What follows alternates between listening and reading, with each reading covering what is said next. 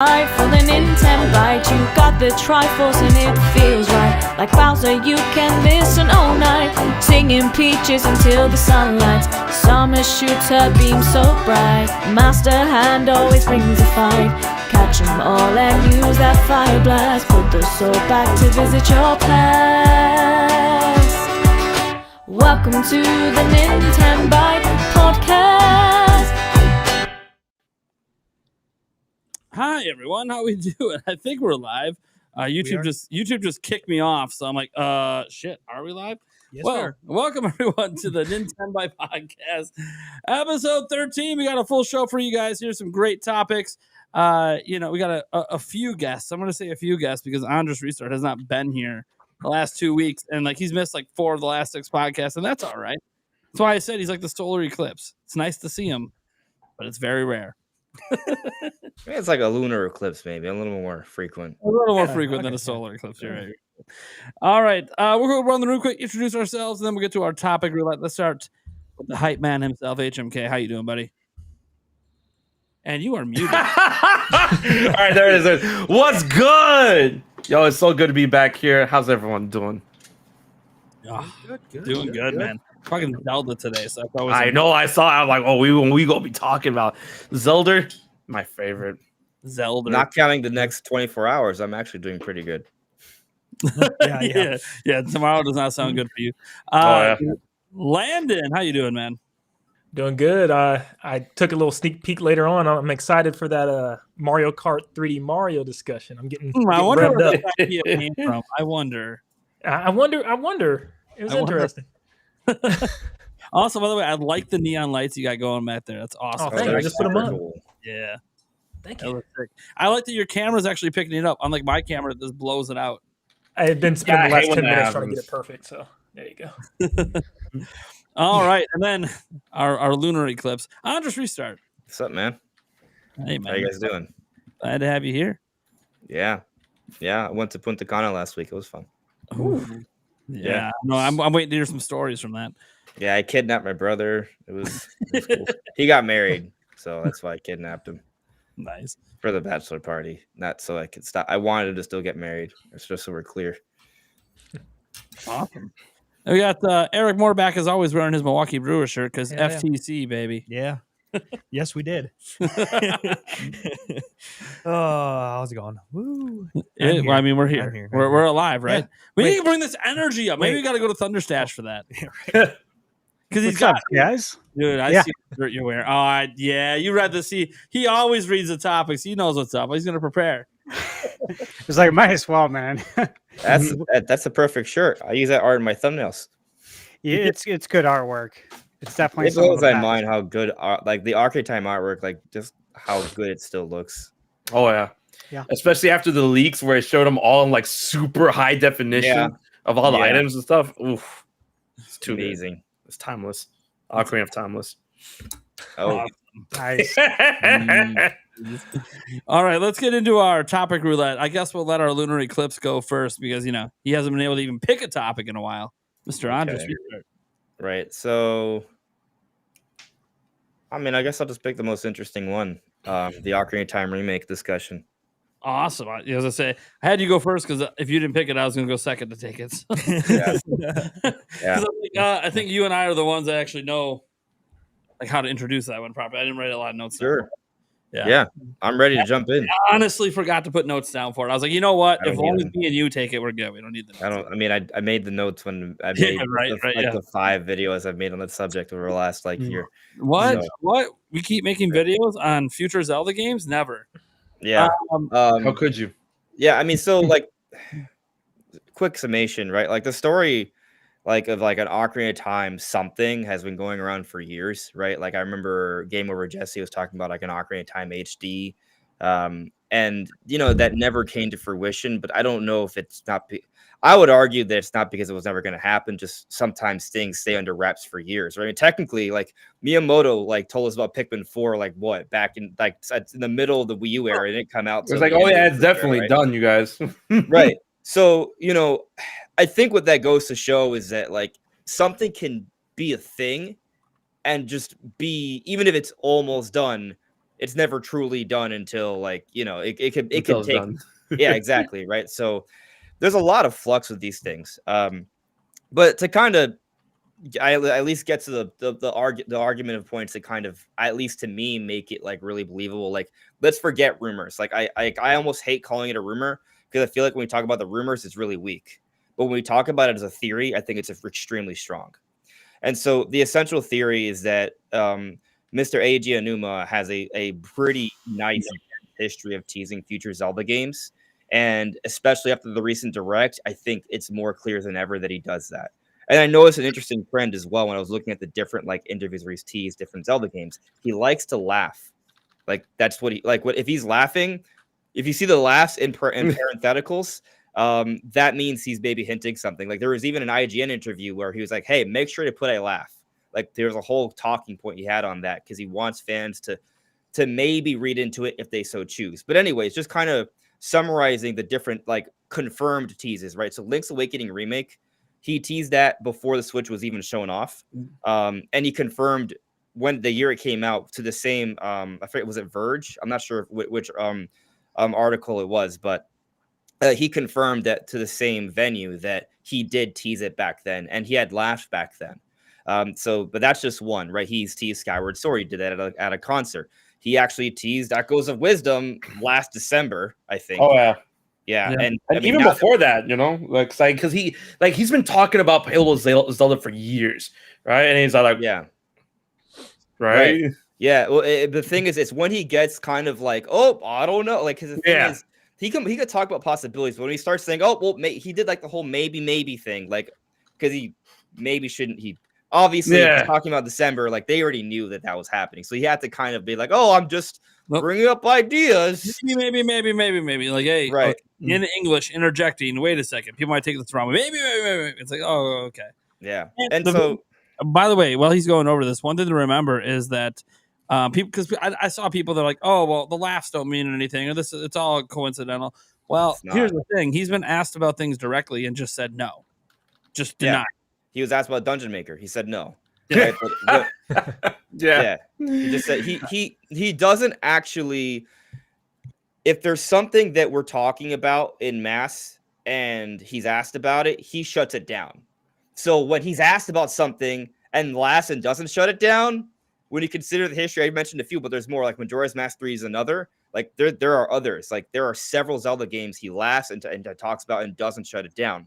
And so with Ocarina of Time, we have two different interviews where not only does he not shut it down, there was a Game Informer interview, and this is actually an interesting one. Because with the Game Informer interview, he was flat out asked, this was during if you remember there was crazy rumors back then too. So like there was conversation, right? It wasn't just like him bringing it up out of the blue. We were talking about it back then. So there was a buzz and he could have shut it down. Instead, he laughed and said, no comment. Yeah. Because I like how you brought up like his specific interviews and stuff, because like if you guys haven't really like paid attention to the chat here, that Eiji Aonuma's interviews are very, very like captivating to watch. And you know, he's a very like I don't want to say emotional, but he has like a wide range of emotions every time he talks about certain things and brings up certain things and whatnot. And I like how you brought that point, Andres, when he shuts things down. Like he's a very fun guy, and like every time he's like hinted, is like, haha, you know, no comment. But then like there are points in certain interviews where he gets like mad serious, like he just drops the dime, he just turns around and it's just like no. It's like no, like he makes it very cut and dry when it comes to how he presents himself. So I think that's a very good thing to point out when it comes to like talking all of this. Yeah. I mean, you know, like he's not like some people might think, oh, there's like a lot of room left for interpretation. There kind of is, but like he's pretty clear with us, right? Like just pay attention. He's telling us Ocarina of Time remake is happening. Essentially, that's my take, and I don't think it's a stretch. Like we've made videos on it. You could look at the evidence. Like the screenshots are there. Like there are several games. There is a pattern. I mean, it also makes sense to actually remake like a 3D Zelda game, because we're past remaster stage already, and the next new Zelda is going to take years. Not to mention the 40th anniversary of Zelda is coming up in 2026, which is when I think is coming out, because we consider what we have coming for 2025. they don't really need something like Ocarina of Time remake. You know, if we have Prime 4, Legend of Zelda, Mario Kart, 3D Mario, maybe the next Microsoft game, and maybe another Switch Sports sequel. Like, they don't need Ocarina of Time remake, but for the 40th anniversary, it kind of fits perfectly. And then how amazing would it be, and like obviously on the notes, to have that coincide with the Zelda movie release? And yeah, the timing, you know, they're probably going to be close by that point. Yeah. I mean, we know the Mario movie comes out in 2026, but maybe they at least start showing off the Zelda movie by that point. We get a trailer maybe at the end of the year, or we get both in the year, which might sound really crazy, but you know, we're getting there. Yeah, I mean, entirely possible. You know, it's kind of crazy thinking about the Ocarina of Time stuff, because, I mean, I want to make sure we get into a little bit about what we want to change about the game for a possible like from the ground remake rather than like a remastering. Because he technically was asked about a remake directly, and that's when he was like, no comment. He didn't shut it down. He just no commented it. That was like the big one. That was the last one of the interviews he did last year. And can I add one quick little thing? Yeah. The writer of that interview actually watched my video, and he clarified that when he asked him that question, he said no comment in English. Yeah, I saw that comment. Yeah. Oh, That's just like cool. the maybe. Yeah. He clearly understood the assignment there. Yeah. Yeah. He didn't put it in the article, but he said he pointed it out in my video. Because that might be notable, since last time he interjected in English, it obviously was a huge... It meant something. Yeah. Yeah. Exactly. Anyway, sorry to cut you off. I just thought it was an interesting No, thing. that is very fascinating. That just sort of adds to the pot. It just gives me another Fuel to the video fire. to milk for another 15 minutes. I was looking for an excuse to make a video on like Ocarina of Time, like things I want to see changed, and that could just be like what spurns me into wanting to talk about it again. So it'll all be one big video. That being said, of course I'm gonna milk it, guys. I love Zelda. People get mad at me that Ocarina of Time is not in my top 10 Zelda games. Does not mean I do not love the game. I just 100%. It's not in your top 10? And I just 100%ed it earlier this year again. Wait, not in your top 10 games or not in your top 10 Zeldas? Not in my top 10 Zeldas. See, you Really? get all mad about that, HMK. Everyone does, but it's like, dude, there's like 20 plus Zelda games. It's the thing. I'm just trying to understand. I'm running the numbers in my head right now. I'm trying to compute it. I am trying to have a viable equation. It's not I just think sometimes some people it's like have void. really weird opinions, and this is just a weird opinion of his, and let's just let him have it. Here's the thing. I don't know why it's such a weird opinion, because we're talking about an amazing franchise. I can't prefer other Zelda games over Ocarina. Oh no, All right. preference. All right. Show of hands. It's okay, but it is a weird opinion. That. Come on, Stephen. Eric. All right. There we go. All right. I can't talk. You're good, but it's unusual. It is. It's unusual. It is unusual. Nothing wrong with that. Blink twice. I respect it. I just 100% of the game earlier this year. It's a great game. Yeah. I don't think it's aged well. I think every Zelda game that's come out after it's better, besides Phantom Hourglass. And okay, that's when we get into fighting territory. Ooh, It's because you're every playing the Zelda wrong, game after is better. You're playing the wrong version, Nate. playing the wrong version. You gotta play Ship of Arcanian. Exactly. I don't know. I don't know. Like I can understand someone liking Majora's Mask more than Ocarina of Time. But I don't. Oh yeah, definitely, yeah. Right. And then could you argue Wind Waker? I mean, there are things that Wind Waker does better. Right? Okay. Can Yeah. you argue Twilight Princess is arguably, some people look at as a more modern version, which I feel like it has its own identity. But I can see how it can be stretched, right? You know what I mean? That Twilight Princess could be preferred over Ocarina of Time. Twilight Princess is not even in my top 5, and people say it's the best Zelda game ever. I'm like, It's not in my top 5 either, but it's in my top 10. It's too easy for me. That's my biggest problem with the game. It's too easy. Also, there needs to be more in the field. It's too easy. The field is barren, and it's incredibly derivative. Like people keep on saying like certain games and certain Zelda games for them are like derivative, but Twilight Princess is like the epitome of being derivative. And I like how Nate said earlier, it has its own identity. I'm like, as a game, like okay, music, story, design. Like all those factors, its own identity. As a game, He's got a gripe with Twilight Princess. Like, is You know like, what I oh, wish that's they a- did in Twilight Princess? I wish they really like went harder into the whole like hero of the beast, right? Like yeah, the yeah, lore. they played they're like I remember some like the prior like pieces of like screenshots and pics like Link carrying around cats and stuff and they're playing with the monkeys. Like they had this kind of like motif Yeah. of like interaction with wildlife, and I feel like they should have built on it more. It's funny because I remember back in like, oh God, I'm old. I remember back in the day when they were first promoting the game, there was a lot of analysts and like reporters and stuff saying like, oh, this is like the Beast Master Link. You know, that he's gonna like they're really tapping into aspects of Lord of the Rings. They're tapping into aspects of I just said Beastmaster, but the Beastmaster show, Hercules, all that stuff. And then like I kind of got that inspiration to a degree, but then when you play the game, not that it didn't go anywhere and not that it was bad. Twilight Princess is not a bad game by any means, but before anyone gets it twisted, it's just that, you know, when people say it's like God's gift to Earth, I'm like, it's got issues. It's got issues. Acknowledge them. If they ever remade, not remastered, they were remade Twilight Princess, they would have some opportunities to kind of. Oh, that's like that's actually like number 3 on my Zelda remake list. Yeah. Remember when I told you before this show started, HMK, that I need to shut my mouth or the show? I'm Yeah, I Sorry, mean, it's sorry, your fault for I'm saying sorry. Ocarina Time. Like, you have to. Why do you have to say that? Oh, by the way, it's Ocarina Time. Like, just don't say it. Just don't mention that you don't like Ocarina Time as much as other Zeldas. Here's the thing. I don't know why there's anything wrong with that opinion. I just don't get it. We've had what? Like 1, 2, 3, 4, 6 3D Zelda games since then. And you're saying none of the top-down games could be considered better? So, well, I mean, to be honest with you, I kind of hold all the 3D Zeldas like above. Yeah, a lot of people. Yeah. A lot of people Yeah. do. Yeah. Yeah. I mean, I like Link to the Past. I like Minish Cap. Preference. People prefer that over the top-down. It's fine. I get it. I mean, let's be real. Echoes of Wisdom's not as hype as Tears of the Kingdom. It just isn't. Well, no, I'm not as hyped for it. I'm excited. I'm excited, but we all know it's not selling 20 million copies. Well, I don't care what. I think 20 million. Actually, 20 million. Okay, not 20 million. Okay, I had to think about that for a second. If it sells 20 million, that'd be nuts. I am not going to complain. Top 7, but we'll see.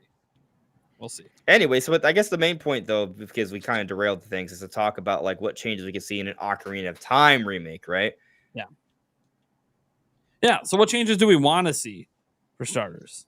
I guess my problem is that like when I think of this project, you know, I think of it as something that wouldn't be made entirely by the main Zelda team. I would imagine they would oversee some elements, right? But it would have to be done by someone else. And if that's the case, I mean, it has to be because the main Zelda team is working on a brand new Zelda game, right? They can't put all hands on deck for a remake.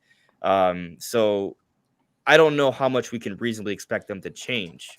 I feel like it'd probably be a pretty ambitious remake, maybe even the most ambitious remake we've seen from Nintendo. But that doesn't necessarily mean it's going to be, you know, Ocarina of Time made like Breath of the Wild. You know, like I don't think they're going to stretch out the map to be like that size and add like 20 new dungeons or something like that. I don't think they're going to do that. I think what I want to see is them give it the Final Fantasy VII remake treatment, which I've mentioned a handful of times on this podcast with you guys. That's what I would love to see because there's a lot of care put into that. You basically disagree with me, which, hey, if they do that, I'd be happy. I'd be right? happy if they did. Exactly. Right. Like the Resident Evil 2, Resident Evil 4 treatment. Like, you know, take this element of Ocarina of Time, retain all the things that keep its identity intact, but then just expand on it. Like things I would love to see changes in Ocarina of Time. Full on voice acting. The map expanded, but not by a lot, but by enough that like it's a little bit more wiggle room, but not to the degrees of Breath of the Wild. I don't want Ocarina of Time remake to be Breath of the Wild engine with Breath of the Wild mechanics. No, I still want to be Ocarina of Time. Maybe throw in the parry system from Wind Waker and the hidden arts from Twilight Princess as well in order to give more robust sword fighting and whatnot, and then expand on the expand on the lore and story of, I would say, maybe original concepts that Nintendo originally wanted to deal with but couldn't do due to time or technical constraints, and then have like this, like the story fleshed out in a more like personal and intricate way. Because I mean, the Ocarina of Time story was fine. It's like honestly one of the best stories in Zelda, one of the best stories in gaming. But just add a little more tidbits of like, a memory of that Link and Siraj shared when they were younger and how they became best friends in the first place. When he talks to Deku Sprout and finds out about his mother, right? Yeah, maybe we actually see like a cutscene where we see the mother. You probably don't see her face, but you see like a woman in a dress holding a baby. Oh yeah, with a hood on, just like running into the forest, or struggling into the forest because she's about to die, right? Like something like that would be absolutely, yeah, little things like that. I agree. I would like to see the lore expanded upon. The way you described it, that seems conceivable. And I could even see them throw in like another boss fight or two because we've seen them do that for remakes. That's on the field. Doable. Yeah. Actually, having overworld bosses, that would actually be pretty epic. Do you think we could see the Triforce since it was? Yeah, I don't think to be originally in the game, but of course, have the goddesses talk to us. Like I want to hear their voices in the game. It would be cool to see the Triforce because you guys all remember it's in the code. Yep. There's a way to access it. I can access it. I have before.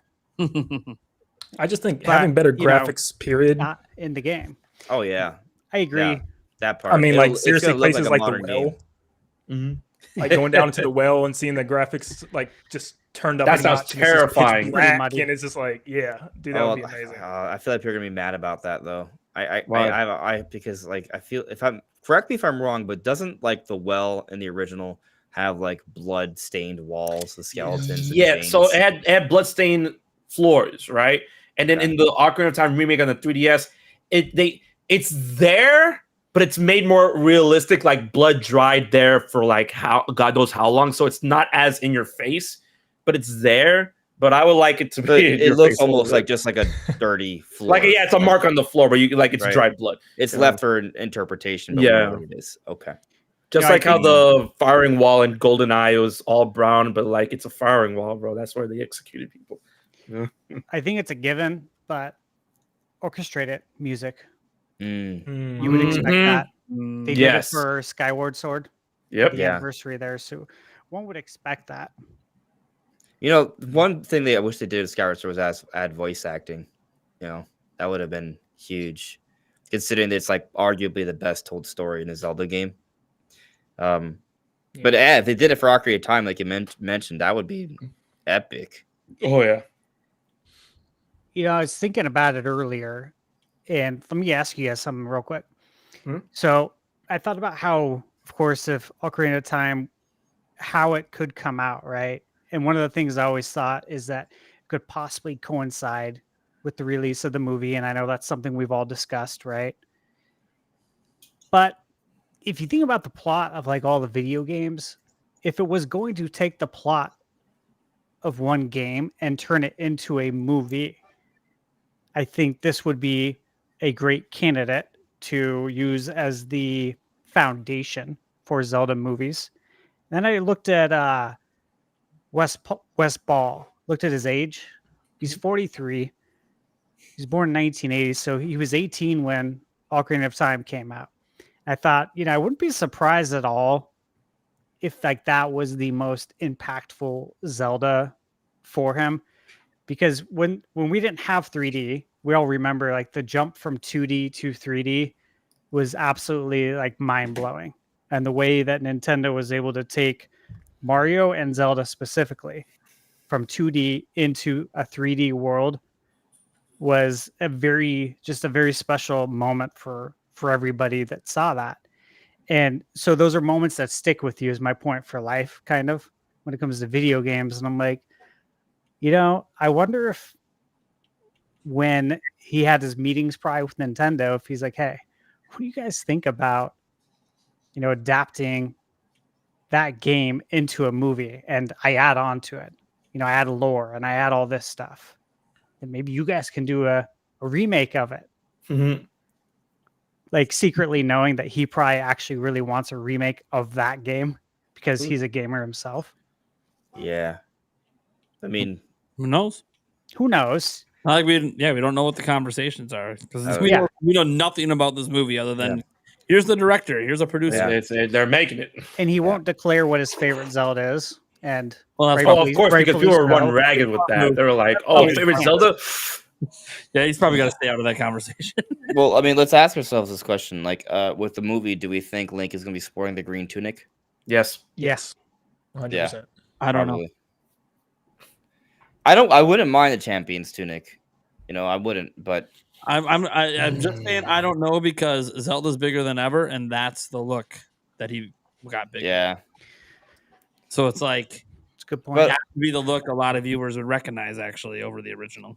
But I also don't think people wouldn't recognize Green Tunic Link because while Breath of the Wild and Tears may be the biggest games, when you account for the entire history of Zelda, people at least know of Link. You know what I mean? Like I think Link was even like in a Powerpuff Girls episode. I do agree with you in that general sense. I also what I try to remind myself when we're talking about like the iconic status of like different looks for characters, I always try to remind myself, okay, I'm obviously not part of I'm talking like the outside audience that doesn't play Zelda. What are they more likely to recognize? Link in the green tunic or Link in the champion's tunic? I don't know because they didn't grow up playing Zelda. Yeah. I'd also argue that like if you were to depict like Link from Breath of the Wild in live action, it wouldn't be like extra discernible. It's just going to be some young man in clothes, basically. You know what I mean? Sword and the shield, blonde. Yeah. And whatnot. And then I would hate for people to misconstrue the possibility of the movie adapting Breath of the Wild just because they want to have the look that's more famous to the casual market and whatnot. And then, like I said, like Andre said before, like, when looking at the legacy of Zelda over time, we have, sure, the casual market right now is like, throwing themselves into the arms of Breath of the Wild and Tears of the Kingdom designs. But then we have people that have been with Zelda for so long in which they've recognized Link at this point in time, that point in time, taking their kids, taking them to, having them play the games from certain generations and whatnot. And then we have people that, like, their first ever game was Breath of the Wild and Tears of the Kingdom, and then decide to go back to previous other games. Like, oh, this is what Link looked like before that. Oh, this is the Tunic of the Wild, Tunic of this. I just feel that, Nintendo understands that it's still an iconic look. Breath of the Wild and Tears of the Kingdom was meant to change things up, and by doing so, they were able to create the two highest selling Zelda games of all time at the time right now. But I still believe that if they were to make movie Link's design based on some, it's going to be based on the iconic tunic, whether it be from like they adapt more so from Ocarina of Time or Twilight Princess or just do its own movie thing. I think it's just going to be green tunic, green hat, chainmail underneath, sword and shield.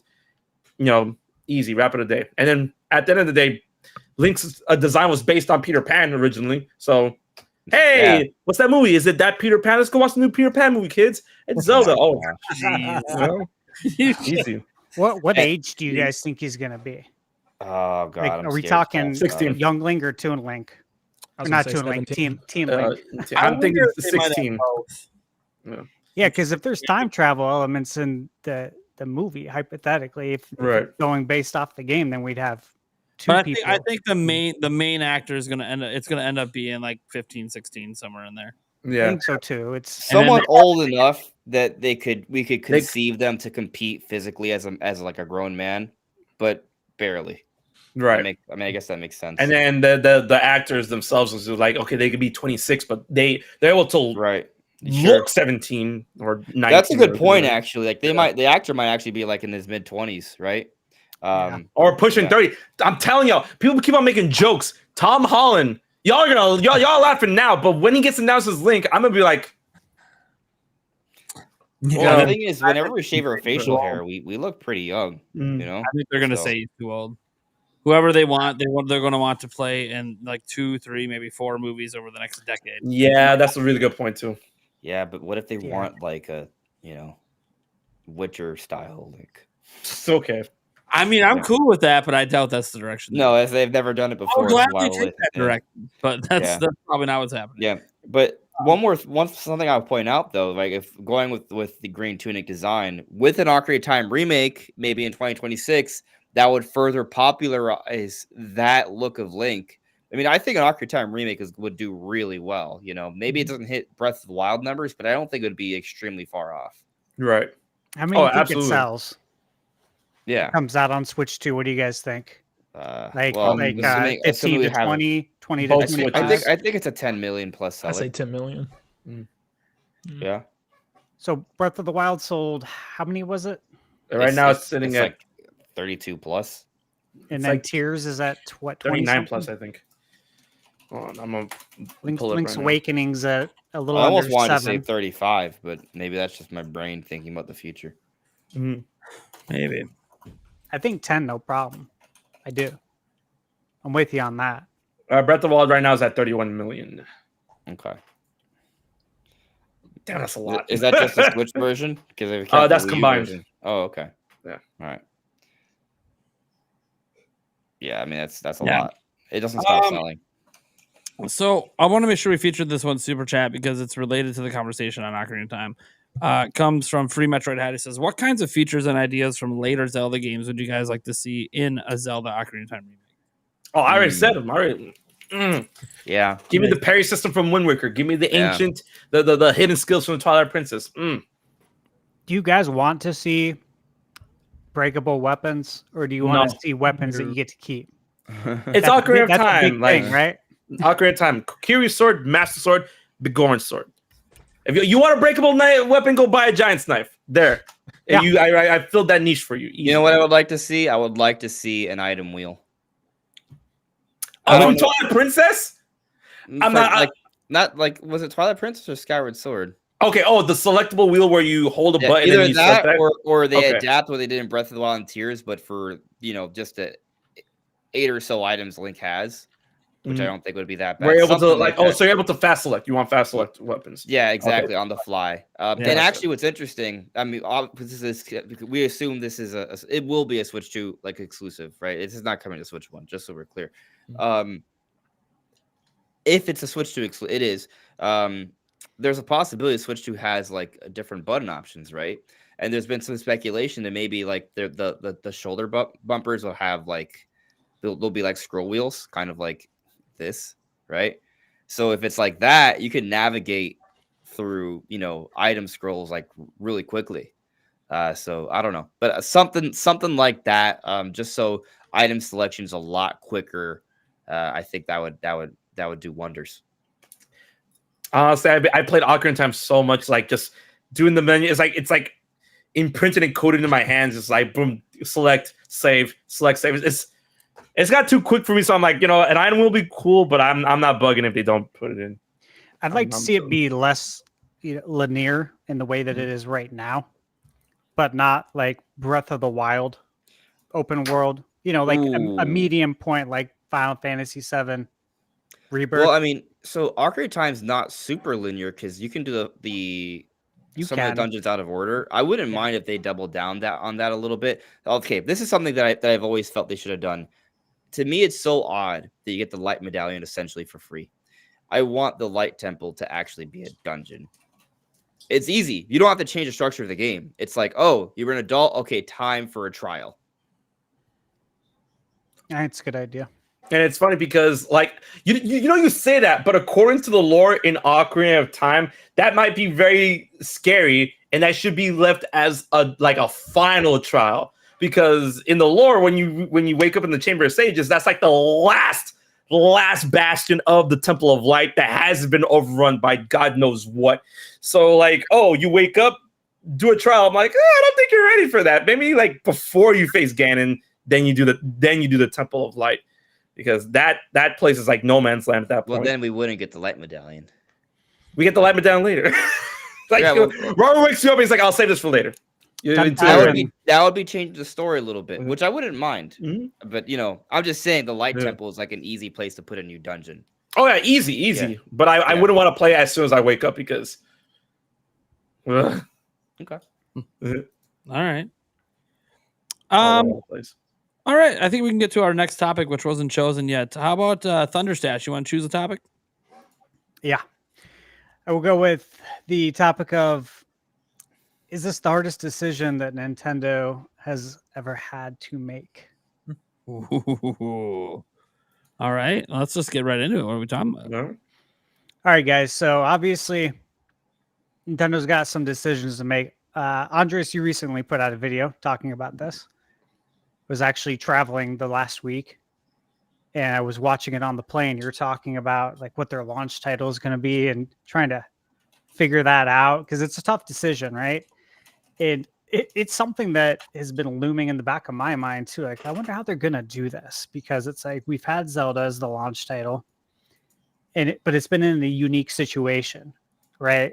We had the Twilight Princess where it's like, well, it's coming out on GameCube, might as well release it on the Wii, and then of course Breath of the Wild, same thing. But the situation was a little different because, again, as we know, Wii U was not doing good at all. They stopped selling them. So you really had to, like, I think both of these scenarios, you kind of had to, because as much as I love the GameCube and you guys probably do too, it didn't sell great at all. So you had to open it up to hopefully a much larger user base. And that's what they did. Then I think about Mario, 3D Mario, because that's on everyone's minds for a lot of reasons, right? Because Mario Odyssey, that came out October 2017. So by the time that we get to Switch 2, we're talking 8 years from a 3D Mario. Like, that's how long it's been. But then I look at the other side. I'm like, all right, well, what's the precedence here? The last 3D Mario we had that's a new 3D Mario, correct me if I'm wrong, as a launch title, though, was Mario 64 as a new game. Because we had the DS, Super Mario 64 DS, but that's not a brand new 3D Mario game. Yes, there were some changes. You get to have some different characters, but I'm talking, brand new 3D Mario. It's like, holy shit. It's been almost 30 years. Zelda's, you could argue that, well, I mean, if you go before the 3D era, right, then it's like, okay, Mario's more consistently a launch title. Mm-hmm. Because they launched the Super Nintendo with what, Mario Brothers 3? Am I mistaken? Super I gotta Mario double World. check that. Pack-in. Was it Mario World? Okay, Super Mario Bros. 3 was an NES game. Yeah, okay, yeah. Mhm. They put that on in All-Stars. Yeah. But then Super Mario, what was it? Super Mario Brothers, was that the Super Mario there- Brothers was the NES and- pack-in. But did it depend on the region? Because wasn't Duck Hunt also like involved? Or no, Donkey Kong. Well, it's For Mario the Brothers NES? Duck Hunt, and it's on the same Yeah. cartridge. I have it up here behind me. Okay. So let me ask you this, though, guys. So, I guess the point I'm trying to get at is like, hey, Zelda's done it. It was successful. Mario's done it. It was successful. Mario Kart's never done it. But if you think about it, and sometimes people forget about this, I don't think anyone here does or in the chat, but it's like the Mario Kart we're playing right now is still the Wii U Mario Kart, and that's been the longest gap ever since Mario Kart has come out originally on Super Nintendo. This is the longest gap between truly new Mario Kart titles. So we're all thinking like, yeah, dude, it's going to be 8 years since the last 3D Mario. That should be a shoe-in for the launch title. It's like, yeah, it should, in theory. But if you think about it, Mario Kart's been even longer. And then you got to ask, would Nintendo ever, would they do both? They have one at launch and the other in the launch window? I mean, they kind of did that a little bit with Switch. Switch came out in March. You had Mario Kart come out in April. Mm-hmm. And then Mario Odyssey come out in October. And technically the launch window is nine months that we've discussed. That's what they consider it to be, 9 months. I don't know why it's not 6 or 12, but I guess it's 9. So we could see it technically. What do you guys think, though? Because that's the big thing is, what are we going to get? If it's not Zelda, or it is, if it's not Mario, is it Mario Kart? What's Nintendo going to do? They got big decisions to make because something tells me they have these games possibly ready right now. Yeah, I mean, I think Nintendo has a master plan, right? I think they're lining up some killer titles. I mentioned a handful of them earlier, right? So I'm not worried about the lineup. It's just kind of a curiosity of like how they're going to kind of position them. I've talked about how I think Metroid Prime 4 is part of that, right? I think it's a cross-gen title. But I also, in that video, I talked about how I've always hoped, but I don't think it's going to be a launch title. Yeah, you made I good think it's going to points. be it's going to come out early though. And Mhm. so in my mind, I think like a really good 1-2 punch is a really strong, popular multiplayer game like Mario Kart, maybe as a launch title, given that it's a new game, right? You can't get it anywhere else exclusive. And then 6 weeks later, Metroid Prime 4 Beyond. That's a really cool single player experience, right? It's very different from Mario Kart. People will be interested in both. I think if you put 3D Mario and Metroid Prime 4 next to each other, there's a bit of overlap there, right? Most Metroid players are also 3D Mario players. So maybe spreading those games out across the year is a great way to kind of like, I think it's just from positioning of pushing Prime 4, it makes a lot of sense. Get it out early, but not so early that it's a day one title shortly after Mario Kart. And then we have a good variety of single player and multiplayer. And historically speaking, 3D Mario is actually used more so for the holidays than it is as a launch title. That's right. So, and then it would also be very that. well. And either way, be it Mario Kart, 3D Mario, like they're both like both these games are going to. We assume both these games come out next year. The movie's coming out, in 2026, right? And there's definitely going to be some cross promotion there. There's definitely going to be a sales boost coming.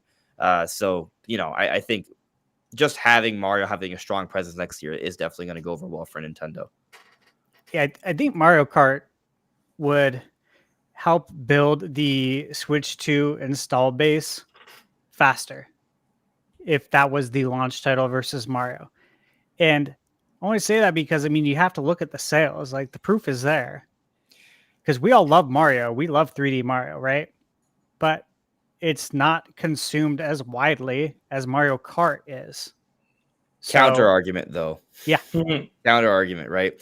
Even I think just looking at the sales numbers itself doesn't tell you the whole picture, because I think there are certain games that people buy a system for, and then there are certain games people buy after they've bought the system, right? Mm-hmm. And I think Mario Kart falls into that second category. The one that you buy afterwards. The one you buy afterwards, right? But like this 3D Mario game, I think it's going to blow our minds, right? I think it's going to be an innovative, revolutionary Mario game that's going to be running on tech Nintendo has never really demonstrated before. And Mario Kart too, but like if we just think about from an innovation perspective, while Mario Kart has done some neat things, 3D Mario is obviously the more innovative series, right? Like it's gonna probably more likely showcase the abilities of the console. So that's something else to consider. Even though I feel like from a variety perspective, a Mario Kart Prime 4 1-2 punch might be pretty good. 3D Mario, maybe those come out later. We get 3D Mario and Switch Sports 2 or something instead. I'm done for now. So one thing is, I think regardless of which one is the launch title, I think they're going to end up releasing within 6 months or less of each other anyways. So they're both going to really push the Switch. I think they saw what the 1-2 combo of Mario Kart and Zelda did at the beginning of Switch, and they're like, hey, let's just 1-2 punch it again. And we know they're not afraid to pound a bunch of Mario in a short period. It's literally what they've been doing like the last year. Just tons of Mario. And I know there have been smaller titles, but even the bigger ones, I don't really think that like Mario Kart cannibalizes 3D Mario sales or vice versa. Especially when Mario Kart, for one thing, has already been proven it's a generation-long evergreen title. So like nothing's cannibalizing Mario Kart. They've kind of proven that. And 3D Mario, while it doesn't have the same evergreen type of sales as a Mario Kart for now, 3D Mario anyways hasn't. But it still is pretty evergreen. It still usually sells well for a few years. So I do agree with Andres where he talked about how the 3D Mario might be the more technically impressive game to show off. It might show off more of the features of the system, but then that's also determined on what the features are and like what they actually plan to do with Mario Kart. Because Mario Kart will be the bigger seller. Mario Kart will be hey, when people hear the next Mario Karts on this system, people are going to want to buy that system to play Mario Kart. It's going to be the hot thing. It's going to be a hot thing for a long time. That being said, I really want to hear what Landon has to say because he's Mr. Mario on this show. Mario. I'm gonna flip Andres on his head real quick and just I'm gonna do the reverse. Let's go. I'm just talking possibilities. Either one's good. I feel like a lot of the time it also comes down to what type of game we're getting. And like with Breath of the Wild, it wasn't just a new Zelda game. It was the first ever open world huge brand new take on Zelda that brought in people that didn't even like play Zelda. I know none of my friends have ever played a Zelda game. They all brought the game and they all loved it. And I think about that with Mario, and I'm like, based on some of the rumors that we've heard, it seems like this could even be like an open world type of Mario game, something that just takes all these locations and areas and smashes them into one giant interconnected world like Bowser's Fury did, and just on a grander scale. And I feel like something that massive could be the smarter way to start the system. And then I've also had the idea of just thinking you probably want a really strong single player experience right out the gate, something that you don't need to pay online for, something that you can just unpack your new Switch and play. And I feel like something like that sounds more likely to me, and then really just have a huge holiday blowout for the Mario Kart game. I also have like this taste in my mouth, like maybe Mario Kart 8's DLC is still a little too recent, even though it's been a year ago. Just, they still want to get those sales out as much as they can with Mario Kart 8. So you still think Mario Kart comes out 2025 though? 100%. I think both of these games are without a doubt 2025. Sure. But if that happens, like I'm just thinking about like it's not just Mario Kart and 3D Mario, it's what comes out around it, because I feel like Nintendo wants to kind of balance things out, right? So like for example, when I was talking about Mario Kart being launch title, I'm like, all right, we need a good single player game to come out to complement it, which is like why I suggest Metroid Prime 4. But if we have 3D Mario's launch title, what's a good complement that's not Mario Kart yet, because they spread it out by a few months?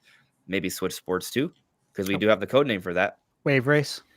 I do think there's something Wave else. Race. Oh my god. Race. Oh, I wish. I would, bro. I'll do Wave Race streams shirtless. Like that would be Yeah, there I'll you get go. a Mist machine. Like it'll be so Oh good. man, Yeah, you're just gonna put a life preserver on. Guys, Oh, we're gonna no. get a new Excite bike. Oh, I'll yeah. take it. I'll take it. I want. I think there's know. something else. There's Not something else Excite Nintendo's Truck, not I going want to tell us Excite yet. Bike. Star Fox Online. Oh my gosh. Star Or Fox Metroid Prime Assault 4 online. 2. Star Fox Armada. Oh man, I remember when it was codenamed Yeah. that. That's so cool. Like they even had the synopsis, like Star Fox must join up with friend and foe, like in order to make the Armada, the Star Fox Armada. And I'm like, that's so cool. And then I see it change to Assault. I'm like, what is this? What happened? Like, What happened? Yeah. Now, I will say on the Mario Kart thing, I feel like it also would make sense too if this Mario Kart game had a mode that was really, because I think a lot of people have been missing like that single player mode, like maybe a mission mode or like maybe like a little Diddy Kong Racing story. I think that would definitely secure it for a launch title. But yeah, I don't know. what I they're doing agree with you. Andres mentioned that too. You mentioned that in your video, right? And I was listening to it and I'm thinking, Diddy Kong Racing, man, if we could get something like that. And then like 20 seconds later, you said Diddy Kong Racing. I'm like, yes, this is what we need. Yeah. This is what we need, man. This is what we want. I also thought too, real quick, with Mario Kart, if that's a launch title, man, that's a really good way to sell a ton of controllers right out of the gate. Oh yeah. They've never done that. Like we've never had this massive multiplayer game to sell accessories right out of the gate. That's a good point. I'm didn't think using about tilt that. controls. Wow. You were one of the few people that bought the blow up Mario Kart racer back on Wii days, right? No. Man. Man. Wii wheel to it. Tilt controls. Eric, what do you think, man? Yeah. What do you want? Man, what do I want? I mean, What will make you buy the console day one? the fact that I have a generation day one Switch. Okay. Me too, by the way. Me too. By the way. I've been holding back near the We're OLED. compatible. Bro, I was on the airport. Wait. Whoa. You just said the games don't matter just because I have a Gen 1 Switch. Okay, but if there's no games to play that you want to play, why would you buy it? I mean, because eventually there will be. Oh, you There will be. like me, aren't you? Well, no, there will eventually be games that I want to play. Eric, all you have to say is like I could play the old games on the new Switch and they'll run better. He was doing under the impression that there was no backwards compatibility. No, I was saying that you want backwards compatibility. I do. I do, obviously. Like that would be the But selling point because it it'd be would be. upgrading your Yes. current Switch. Yes. Oh, for yeah. sure. Yes. Okay. But yeah, no. I mean, So you don't care. no, I'm buying it no matter what. Well, what Because matters more to it's you, friggin' Mario or awesome. Mario Kart? Mario. Oh, well, there you go. That would probably be your answer Because then. Mario Kart, I mean, I've played it. I've helped you we ton on it. We destroyed with the Wii U, original Wii U but, version, yeah. I mean, I don't know. It's kind of lost its luster for me a little bit. We haven't done a new one since Yeah, 2014. well, I mean, yes. So it's been there's a also decade. that. There is also that. Maybe a brand new one would bring me back in. You know, someone in chat just said something and it made me think of something. Baby Bear, good old Baby Bear, said, you know, if we have AAA launch titles, and I was thinking, like, well, we actually have to think about that. Because if we do have certain AAA launch titles, you may not want to launch a Mario with that. You may want to launch Mario Kart with that. You know what I'm saying? Like, if we're getting like Elden Ring on day one, do you want to release, or if we're getting Monster Hunter, you know, like these Monster Hunter massive Wilds single Mario player Kart games combo, hell of a that would be combo. nice. Yeah, that'd be that would hell be of a nice. combo. That would be Right. a strong combo. Yeah. Yeah. So I didn't even think about that. I've just been Little thinking bit one dimensionally with Nintendo. What do you guys think about that? Steve, you're like for me, right? Like I talk about the Mario Kart thing, but like 3D Mario's is just as likely, if not more so. But you keep bringing up other points. I'm like, oh, you know what? Mario Kart would fit better with other AAA third-party games, and the controller thing, they would make more money at launch because of that, which Someone is in crazy to chat think about. also mentioned that you could probably pair your old controllers, Andrew Reynolds, and he's not wrong. I agree with him on that. You probably can, but if Nintendo gives us a reason to buy the new controller, right? For instance, if it's like hypothetically the PS4 controller to the DualSense, right? If it's a jump like that, That'd be I'm getting the DualSense. Dude, can you it's a imagine how badass good? controller. Like, so Mario Kart 8 Deluxe, I feel like it's one of the best games that showcases HD rumble. Like, drifting feels so satisfying. Mhm.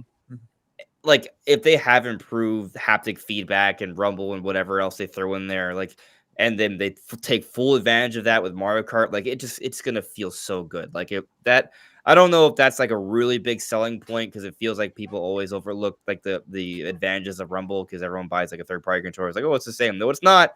You don't feel the rumble.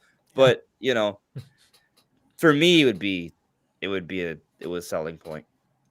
I'll talk it up. Every They gotta video. give us a reason. Don't forget that Super HD hyper haptic rumble. Dude, if makes it rocks, amazing. I'll hype it up, man. Yeah.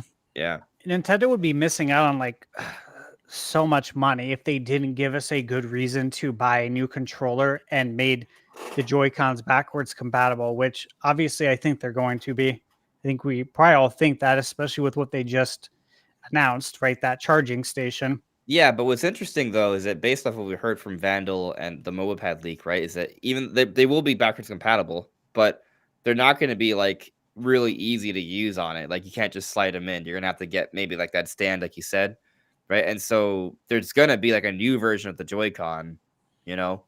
Yeah, I think people are going to be buying Switch 2 controllers. Like there's gonna be a lot of good reasons to do that, because if not, you're leaving money on the table. We know Nintendo, they don't do that. But let's throw this conversation on its head. What if it's not Mario Kart? What if it's not 3D Mario? Here it is. Oh, for like the launch of Switch 2? Nah, Nintendo would be out of their minds if they didn't do anything like that. I'm not saying it's again. No. I'm not saying it's Metroid Prime 4. I'm saying it's something else. Like what? I don't know. South IP? Well, You don't know? Well, I have so much faith in Molotov that I think they could put together a game that would be so technically impressive, especially if it has like an online component to it. Like imagine playing like Xenoblade X, you know, but you can play at your party. You play like with your friends. Like your party is your friends online co-op. Like that would do so well. Right, but it's not going to happen. No, I don't think it's gonna be a launch title. It'll probably be like a game coming out like November or December or something. Oh yeah, right? no, I would love for Monolith to do something like that. But I mean, like on purely speaking on the idea of like launch window, launch titles, you know, like you can have the most technologically advanced thing, but if it ain't recognizable to the casual market, it ain't gonna sell. Like it ain't gonna get its foot off the ground. Well, what else could there be? Like, let me ask this: if we don't get Mario or Zelda or Metroid, because I like what you said earlier. I like what you said in your video, Andres, too, about Metroid being a nice complement title a few months after. I think that's a good idea. I could see that. So if it's not any of those, I do wonder, well, what could it be? You know, do you have another Wii Sports up your sleeve? Luigi's Mansion 4. Kirby. Well, I mean, I think Kirby's actually on the table. I just don't feel like they would do that as a launch title. Someone said in chat, Donkey Kong Open World. That is something I was. Well, you know what? Thinking about. You know, actually, that would do it. I think it would too. That an open world Donkey Kong game, if out of everything like that would do it for me at least. It would do it for me too. But as Nintendo, like, you know what, this is gonna do really well. This is gonna get people to buy the thing. Like we've talked about open world Donkey Kong before. Like we even have like the canceled project. It's exactly what we've kind of dreamed about. It's Donkey Kong Tarzan. Like that would be. And it was made by the Tony Hawk Pro Skater team. Like they had like the whole sliding thing. Like they had the right team. That it didn't happen. It's canceled. It's never gonna happen. But man, that would be it. I think that could do it too. I don't know what else really could. I mean, Pokemon Legends would be huge, but I don't think that's a launch title. Yeah. Do you guys think that's launch? No, because no way in hell Nintendo trusts Game Freak to launch their console. Especially after that Scarlet and Violet mishap. And also it would be cross-gen, right? And probably not fully enhanced for Switch 2, you know? Right. So not like a true system seller. Yeah, it's not going to be a visual showcase for Switch. It might look pretty, but it's not going to, you know, it ain't going to be a next-gen looking game. Nah, I agree with you. I mean, it's probably Mario. It's probably Mario Kart 3D Mario. Like that's just what it is, you know? Or Steel Diver 4K. But I swear, if they launch the Steel Diver, no, Nintendo. Well, I mean, maybe if we want to have a slightly more nuanced conversation about this, right? Is that it doesn't have to be a game that's going to sell 20, 30 million copies. You know, Nintendo has with a theme controller that's crazy with H2O. Like Taker 610 said. I mean, it'd be sick. Yes. That's it. I'll buy it for the Wave Race live streams. I'd pre-order it. Yep. Yeah. All right. I think we can get to our next topic. Let me see. Gosh, I'll go next. I'll take the more difficult of the topics to talk about because the last topic, we'll save it to be Zelda. They'll have Eric do that one. Thank you. Because that's the only one I know about. Yeah, that's the only one I think you know about. So Pokemon Legends ZA, right? It's coming next year. Right? It's coming sometime. I don't know when. No one really knows when. I mean, there's rumors.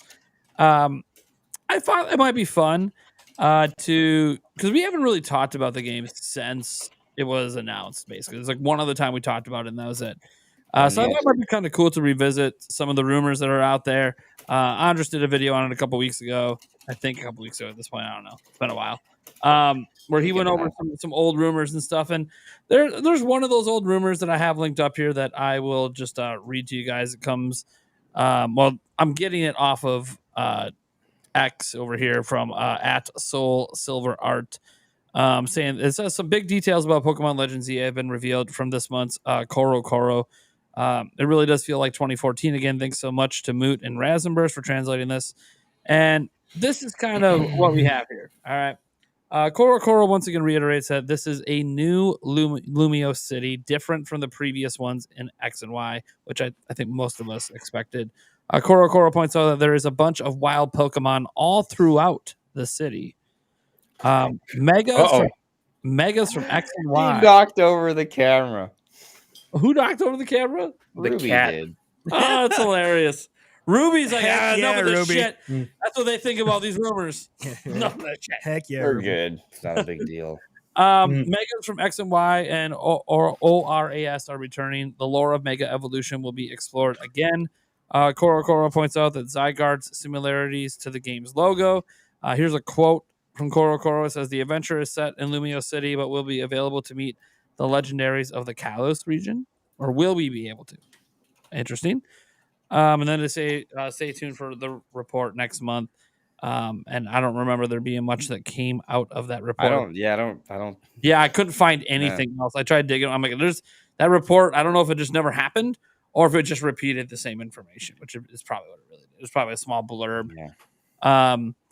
So there's obviously, like, if you guys ever follow like Ruffled Rowlett and other Poketubers out there, there's rumors galore for this game. I mean, but they're all from like 4chan. Yeah, they're all like 4chan rumors. Like with no track records. Yeah. So and that's fine if you guys are into watching that stuff. We're not really interested in going over those kind of rumors. I don't even cover those kind of rumors on my channel unless it's like one that happened in the past and then had things happen that proved it to be right. Like there's got to be something. There's got to be something. Like the last 4chan rumor I remember talking about was like that one where there might have been an update, a graphics update for Zelda or for Pokemon, because everything else in that 4chan rumor was correct. But then, for all we know, I mean, according to Moore's Law is Dead, Switch 2 was supposed to come out last year, but so what do you guys think about, obviously, just these little rumors? Like the biggest rumor there is what, the wild Pokemon all over the city. Kind of interesting. Makes sense. Makes sense. I don't know if you battle and catch them or what you do to catch them. Or if it's like a legend game. If there was a Pokemon game, there's no battling or catching. I'm gonna have some problems. Yeah, that's it. I don't really, because like we're still trying to figure out obviously exactly what this game is. We've had, like, the last time we talked about it, we had a lot of theories over how the game could work and you could build up the city and all this stuff. Even each section has its own legendary, and there's other crazy stuff going on. But we don't obviously know because they've been very, very well. They haven't told us anything. We're just like waiting for the next Pokemon Presents or something, which should be soon. In theory, we should have one next month. Yeah, last 3 years has been the second Pokemon Presents of the year has been in August. So yeah, so that you just got to kind of that's a good pattern. If it's not in August, it'll probably soon after that. So so we should have a present soon, and if we don't, I will be surprised. I just don't see them not talking about Pokemon stuff the rest of the year, but who knows? What I find fascinating though is just thinking about this game, because we haven't talked about Legends much, and we talk about Metroid Prime 4 a lot because we've been waiting so long for the thing to be revealed. We seem to try to bring up Metroid Prime 4 every single podcast, especially when Andres is around. I wasn't going to bring it up beyond just, hey, it's yeah. But the reason I'm mentioning that is because this is the other big game. Like, this is arguably the game that's going to sell way more, but like just based on Pokemon's history. Yeah. So I know you can try to argue Metroid Prime 4.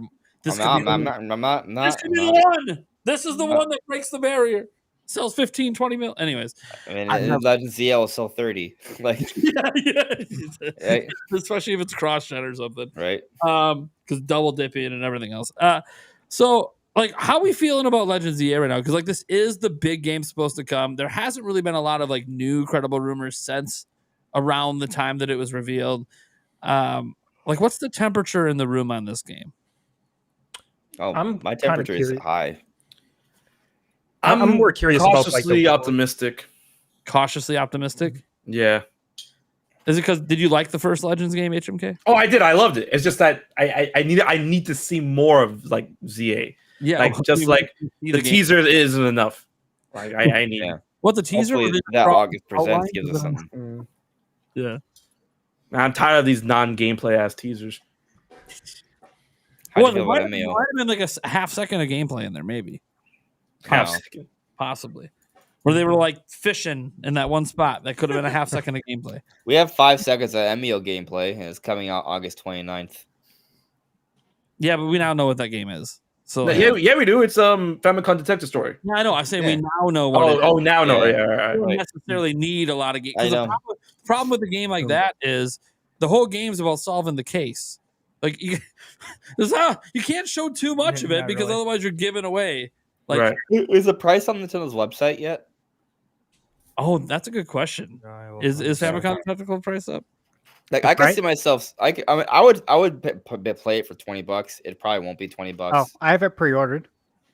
Yeah. How much would it cost? $50. I have the physical pre-ordered. Oh wow, that $10 discount, man. That's great. Yeah. I may pick it up because like I understand Andrew's point, like for $20. Yeah. But like God, the producer behind is the Metroid man, and he's made the entire Metroid man. And he's made, like the ultimate version of like what this thing could be with the crazy ending. I know I'll probably not actually spend money until the reviews come out and let me know, like, hey, did this actually stand up to like how proud he felt? Like he felt very prideful of this game. I mean, I think it makes good stories. So that's my thing. Like it's definitely like it's a story driven game and it's a detective game, which like the originals. So you're solving, and I like the idea of like solving mysteries and solving a murder mystery or crime, serial killer thing. Like this actually all fascinates me. It's one reason why I like that one game that was made by Rockstar. What was that one? The LA Noir. Yeah, LA Noir. I really enjoyed that one too. Chris X-rayed out. Yeah. Well, that was obviously a very different kind of game because this is obviously just trying to solve one case versus that being a bunch of different ones. But I am very curious about the Emio character. I think they did a really good job teasing like this serial killer that was around 18 years ago and might be back now and unsolved mysteries and stuff. So like it has my interest, and I get that it's a very heavy story driven game. I tell you about there are things about Emio that reminds me about Pokemon. Like Emio is basically Mimikyu. Yeah, I knew you were gonna say that. Yeah. Yeah.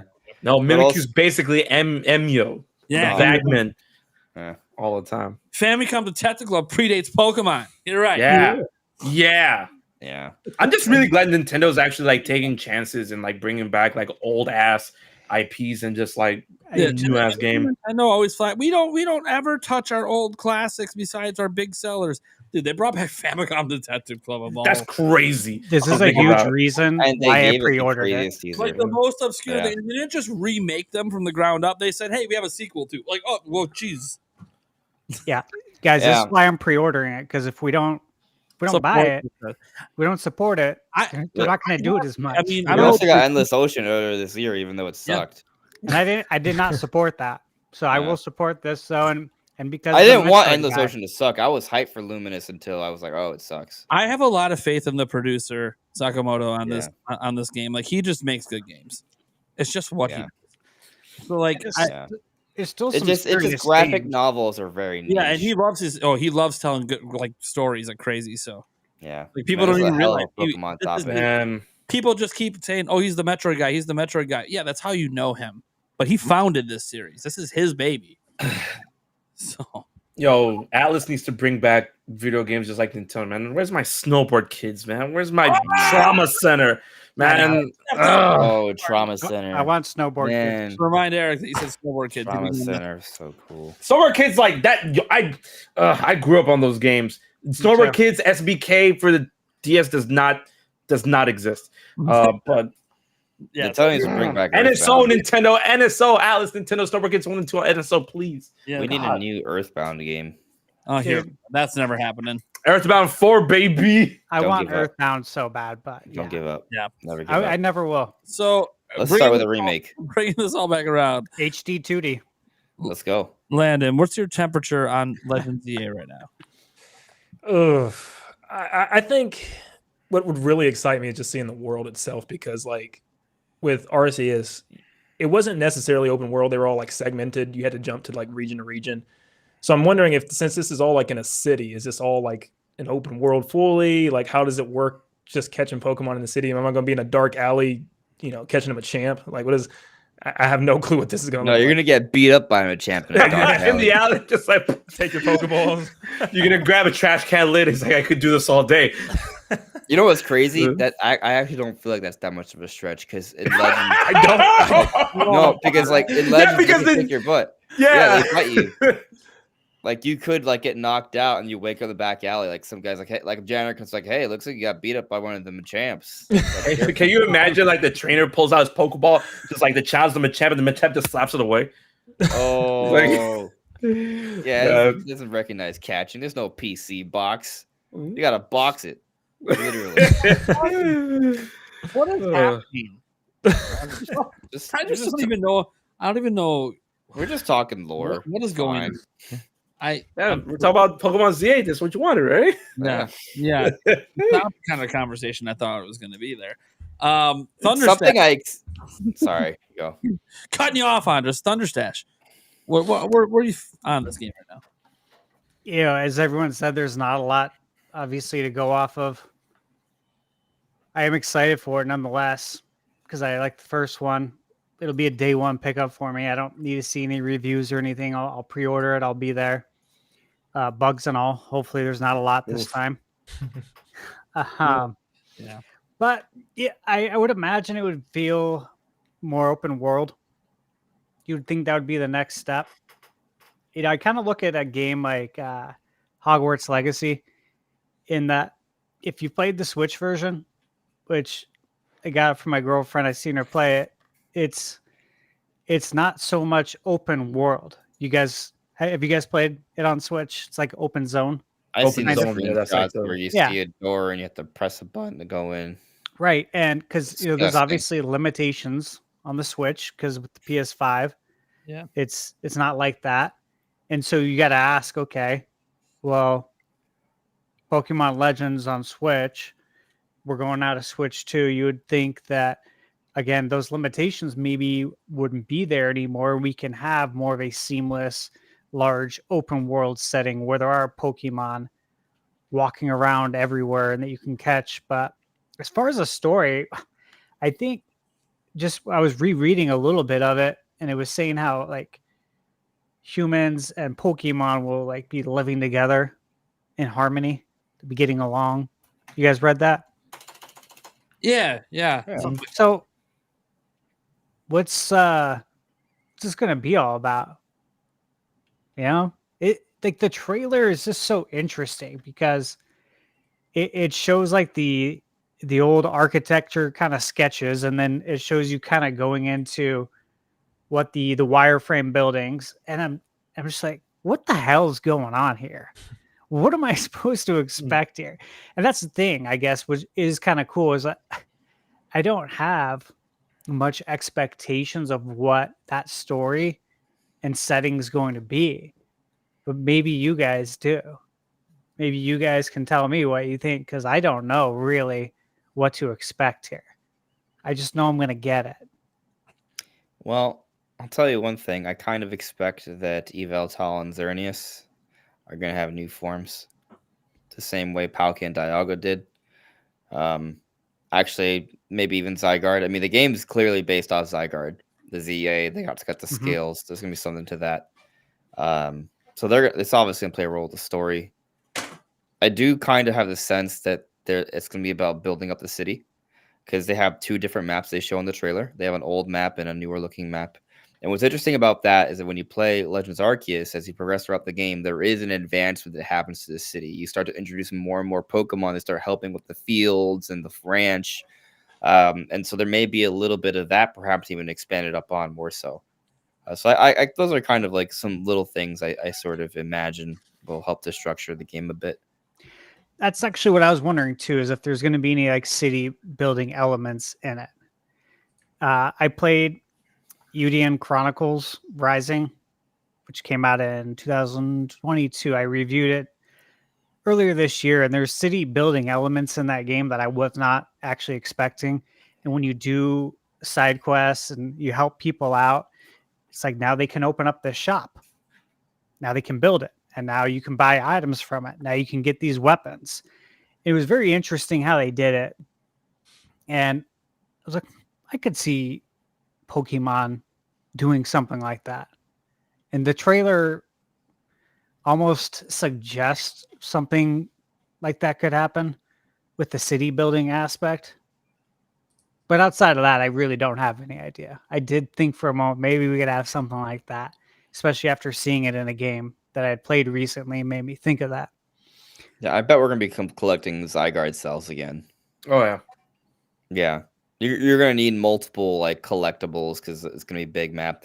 I assume it's going to be like open zone again. Like we even see like the map has like the 5 slices of a pie almost.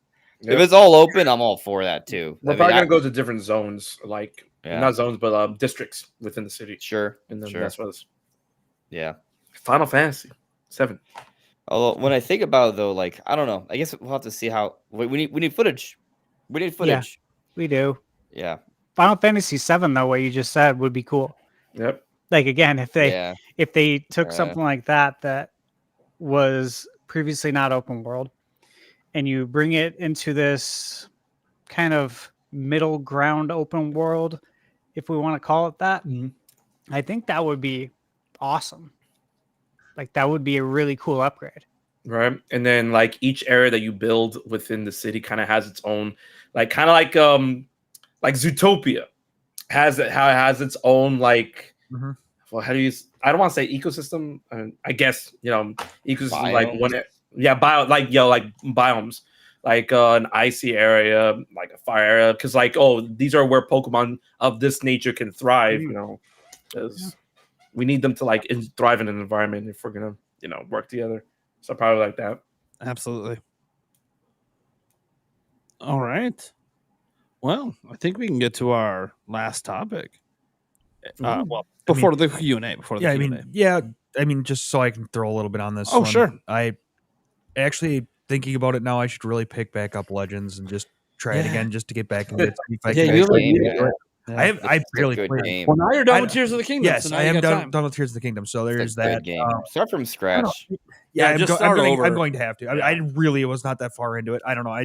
It's hard to get back into it if you haven't been like. Yeah, I got into it. It was just like, I don't know what the hell's going on. I really didn't have the time to focus and try to figure out what the hell was going on. So I just kind of gave up on it and then played Breath of the Wild and Tears of the Kingdom and didn't care. So, but yeah, that's kind of where I'm at with that. So if I can get back into the original one, then maybe I'll think about picking this one up. But that's really all depending. But then for our last topic of the day, besides Q&A at the end here, the ESRB says Link is playable in Echoes of Wisdom. There was a tweet out there that showed the ESRB. The ESRB has It's on the ESRB site. Yeah, it said that basically Link is playable in the thing. It was sword and bow. Yep. So players use Link. Yes, players use specifically like we are controlling him. Right. Like, either they Link, wrote that shit really wrong, or he's playing. It's like as Link, players are able to use a sword and arrows to defeat enemies. There you go. Yeah. Like, so basically, what do we think this could possibly be? Is it a small segment at the beginning, a plot twist, dual gameplay, partners? What are you guys thinking? I personally think, because I've seen people like, beat the game and you play the whole game as Link. Is like, no, because the game is structured around the tri-rod, about solving puzzles using Zelda's abilities. So I'm honestly in the camp of you play Link in the beginning for a very small segment in order to defeat Ganon and then gets captured, and then, like you said, dual gameplay in the sense. I actually put out a video about this. Dual gameplay in the sense that kind of like in the vein of A Link Between Worlds, there's going to be multiple dungeons that Zelda can go to, but she can do them in any order. After defeating a dungeon, it's going to be like Paper Mario-esque, where it's like chapter close, and then elsewhere, Link wakes up in the no-no zone, and then you play as Link for a small segment, and then that segment ends, and then you go back to Zelda. Zelda does another dungeon. At the end of that dungeon, you pick up where you left off with Link, and you keep going, and you figure out the mystery of the rift that he's trapped in. So that's what I think it's going to be. Yeah, I think I'm thinking along the same lines as you, in that maybe you use Zelda in the overworld, and Link is in the underworld, like in that rift. That's where you control Link. And maybe you spend most of your time on the overworld, meaning Zelda is still like the main character, the one you'll be controlling a good majority of the time. But do you think it's 50-50? Oh, no, definitely not 50-50. Yeah, absolutely not 50. Like this is a Zelda's game. Yeah, like 80-20. 80-20. That's where I think that divide. That's kind of what I'm thinking too. I guess the 80-20.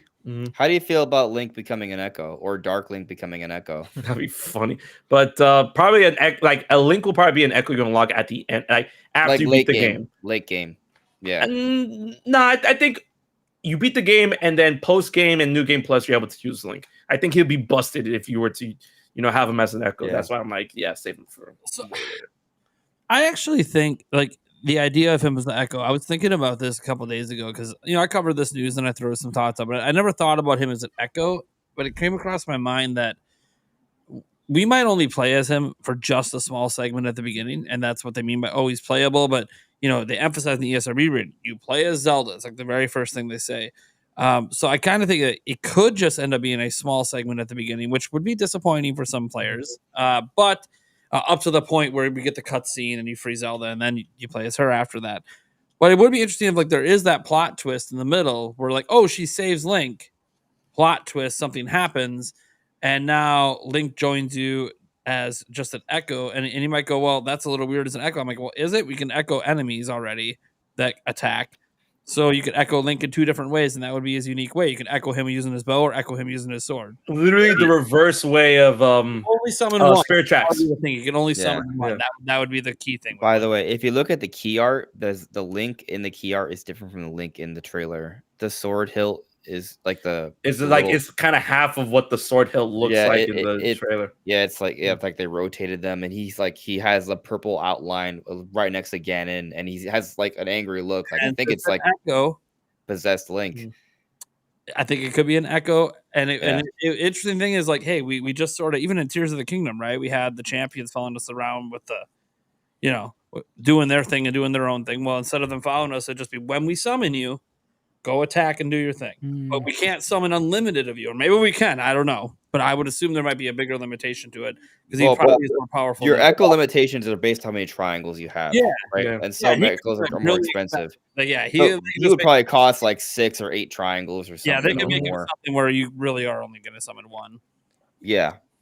I like where HMK said the reverse, in Spirit Tracks. So I'm thinking in some of the Zelda games at the very end, you save Zelda and she helps you defeat Ganondorf or something like that. So what if it's the reverse where you save Link, and at the very end, Link you just playable at the very end as an extra help to defeat the final boss or something. I see that.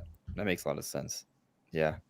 So there was something about the ESRB rating that I almost thought was a bigger deal than Link being playable, because there's a part where they say something along the lines of Zelda dispels the rifts. And to me, it kind of felt like it supported this theory I have that the rifts are going to be kind of like this game's equivalent of the shrines, in the sense that there'll be rifts scattered throughout the world.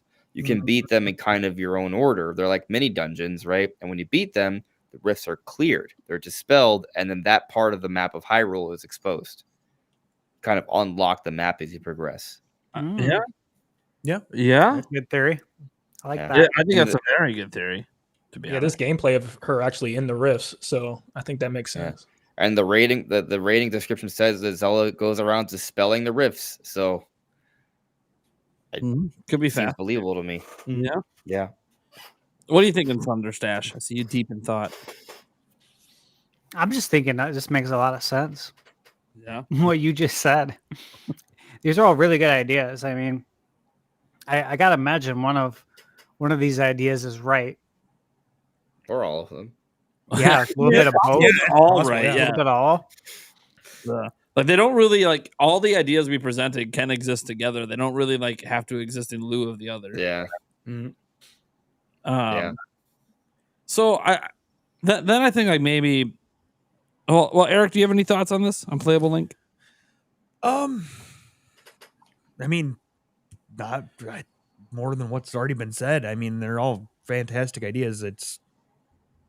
My thought was just probably a beginning and then possibly along the way to help Zelda progress or something. That'd be awesome. One thing I'll throw out there, haven't really talked about it. It could be every Zelda game, especially the top down ones, always seem to have plot twist, and there's a whole second half to the game. Plot twist could be you play as Zelda, and the second half you play as Link. Plot twist, Zelda's evil. Would be weird because you can only use the sword and shield. But I don't know. I don't know they describe that you can use. Maybe you can use more. They don't want to reveal. I just got an idea. So, I mentioned how maybe Link could be an echo. There's someone else I bet could become an echo. You ready? Ganon. Oh, snap. Damn, that's crazy. I feel like you stole my thunder because I was going to say Impa. Whoa. I mean, okay. We did see her attack and move and stuff. She's taking on some dudes. That's badass. A little kung fu action. Let's go. Yeah. I feel if we're talking about maybe Ganon and Link becoming echoes, why not Impa? Why not any of the characters? I mean, yeah. The chat's saying Tingle. No, Bro. I mean, it's funny to say that or think Oh, about it, but it's what like if you could? you never know. What if you could echo tingle at any time to get a map of the area? Stop. I'm Stop trying to make it make sense. I don't want to ever see him again. We've Yeah, got he's how been many MIA. years? Tingle's He's been my- MIA. Talking Yeah. about. Good. Yeah, how many years has it been? Good. When was the last time he's in a game? He was important enough to have a whole costume, and he has his own game series. You Was think he in- Raru will be in it? Japan loves him. Go Was into he in the- any game store in Japan. There's plushes of Tingle. I What was hate the it. last mainline Zelda game he was in? He's in Wind Mainline Waker. Zelda, it was Is it all the way? Is it back to Wind Waker? no. Oh, there's a Adventure. yeah. There's a top down that had him. Hold on. That's bugging me now. Do we Yeah, count me the too. guy? Do we count the guy in the claw shot minigame room? No, And no, thing no. with He's the not. He's based on Tingle. He's not Tingle. Single game appearances on. I got it.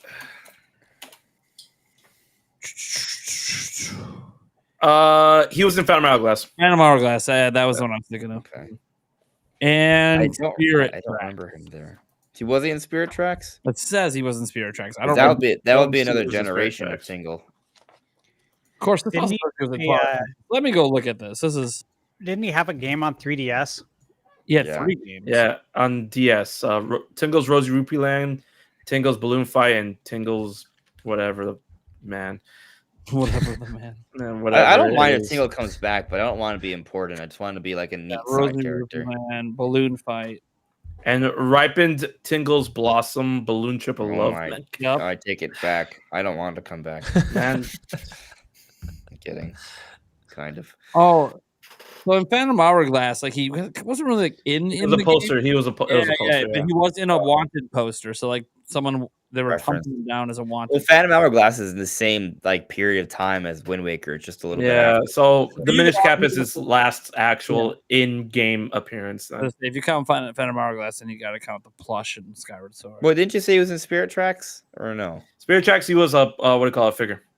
Yeah, Oh, it's, okay. it's like a similar like a So cameo. he's just been referenced and cameoed, and I guess Wind Waker. So he's only actually in 2 mainline Zelda games then, isn't No. he? No, No. he's in Majora's Mask, Oracle of Ages, Wind Waker, okay. and Minish Cap. Adventures. See, I haven't played Oracle games or the only games I haven't played, which I know I need to do. Yeah, so it's been the Minish Cap, Four Swords Adventures, Wind Waker, Oracle of Ages. Yeah. Majora's Mask. Okay. God. Also, I mean technically he was in Hyrule Warriors. No, that doesn't count. Just saying, he was in Hyrule Warriors, which is a more recent game. Yeah. Garbage. And Anyway, then he had his own trilogy of games. When's the last one? When did it last release? The last one of those games. we saw the Deku Scrubs are coming back in Echoes of Wisdom. That's And pretty the cool. and the Deku Tree is coming back. I think 2009 was his last game. 2009. Yeah. So, setting Tingle aside, as unlikely as it might be that maybe he's in the game, maybe he's not. I don't. I love Tingle. I've always been a huge fan of him. He's one of my favorite characters in Zelda. What are we thinking on this game like now in terms of like now we have this little bit of new information. We're gonna keep getting little tidbits, right? Like we're getting closer and closer to September. Probably gonna pick up a lot soon. Yeah, I mean, if it doesn't pick up in the first half of August, it should by the end. I don't. There's no way we don't get another trailer by the end of August. I think it all just depends. I think it depends on if there's a Maybe, you know what? Maybe let me step back a moment. We're getting stuff in August. I don't know what it is, but there's stuff coming. Yeah. Well, the whole reason I say, well, because it's kind of like an end of September game, and they did that same shit with Tears of the Kingdom, where it wasn't until like a month before the game they really started marketing. So it's like, Yeah. The other thing is I feel like they told us enough. You know. well, yeah, that's the thing. Like, I don't really know how much they really need to show, but they're going to show us more. They are. There's going to be more trailers.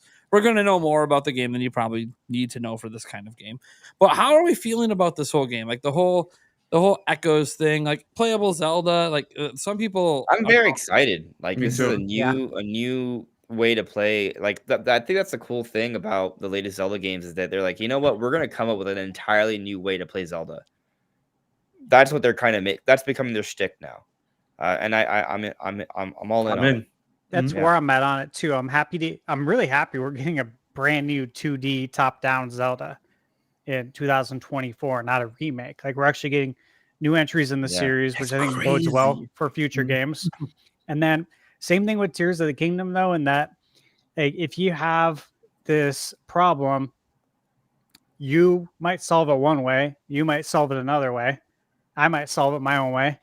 So there's multiple solutions to all of these problems.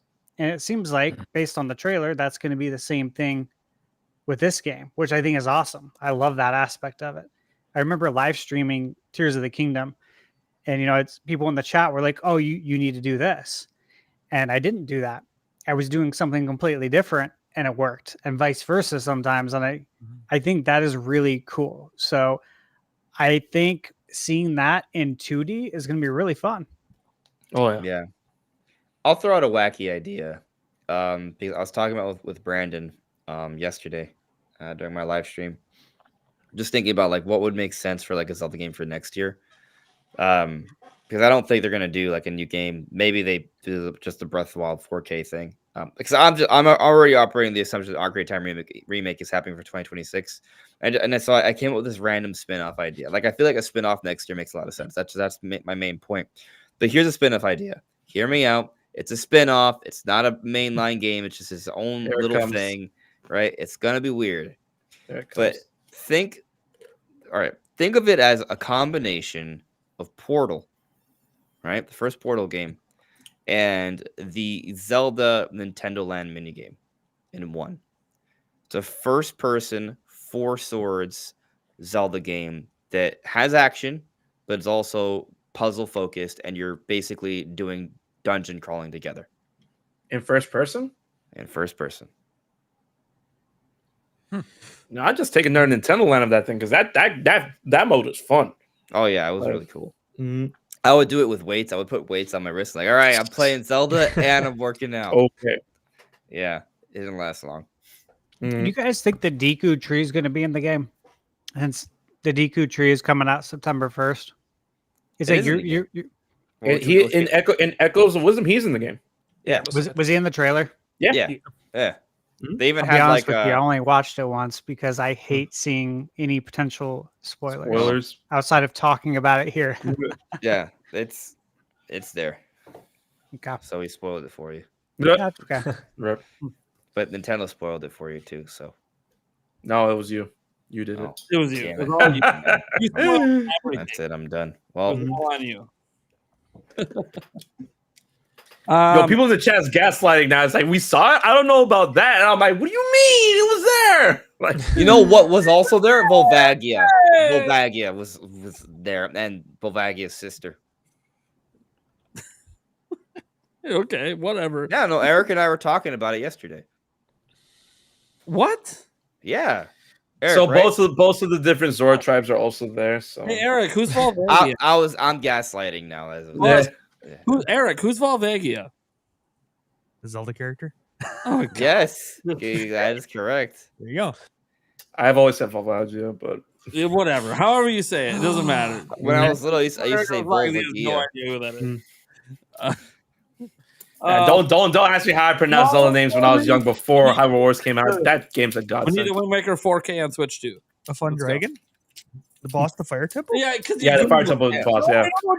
You went to I have Ocarina no Time. clue The what you're Ocarina talking Time. about. Let's go ahead and get to the super chats we have here. I'll go to the second one first. I'll get back to 6 cents because it's all about me apparently. Boo Many says Eric Moore has admitted he's never played Ocarina of Time. The world deserves answers. I deserve answers. What? I mean, he's just waiting for 2026 for the remake. That's fine. Right, exactly. Duh. Yeah. No, I've dabbled in it because I've dabbled in every single one because of Nate. Back when we were younger, he would play it all, and I would just watch him. So I've tangentially played it. I mean, but whenever he went to the bathroom, I would do whatever bullshit he didn't want to do. So that I've played it. yeah, playing through proxy kind of counts. Like Yeah. if you grew up on it, yeah. So I mean, that's kind of where I'm at with that. So yeah, Okay. One game at a time. It's okay. that too. Or you could just play the game. It's like it's not even a long game. I could. Play it on Yeah, Nate's but if PC. you've never beaten it before, it probably is a long game. Play the PC True, version true. on Nate's computer. Yeah. Yeah. Oh, What? geez. Get it for him, man. I have a Dude, better- he's got a I have computer. better computer He's got a computer Oh. better for gaming for than gaming. I do. Yeah. Ship of Arcana, man. Look at that. Yep. That's sick. It's so good. All right. I haven't even touched it. You should. You should.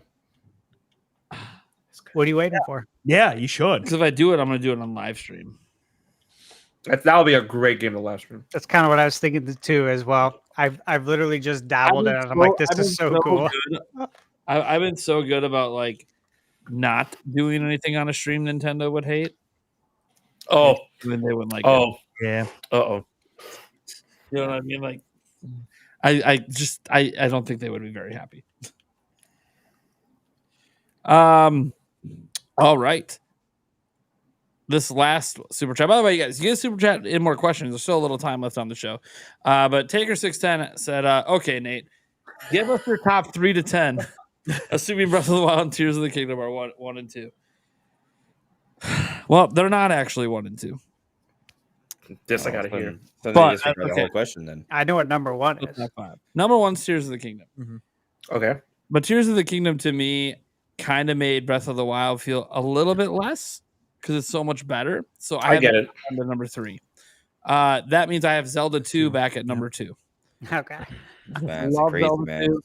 Wait, Adventure of Link? The Adventure of Link. Yeah. You know, I respect it. I respect it. Dude, it requires so much actual skill. Like people complain, no, if you get good, Get good. like I'm sorry, this is what like all the Elden Ring players say and all the Dark. Like seriously, get good. It actually is a skillful game, which is crazy with the limited controls they had on the NES. Well, Zelda 2 is essentially the blueprint for all Dark Souls games. We get it. basically.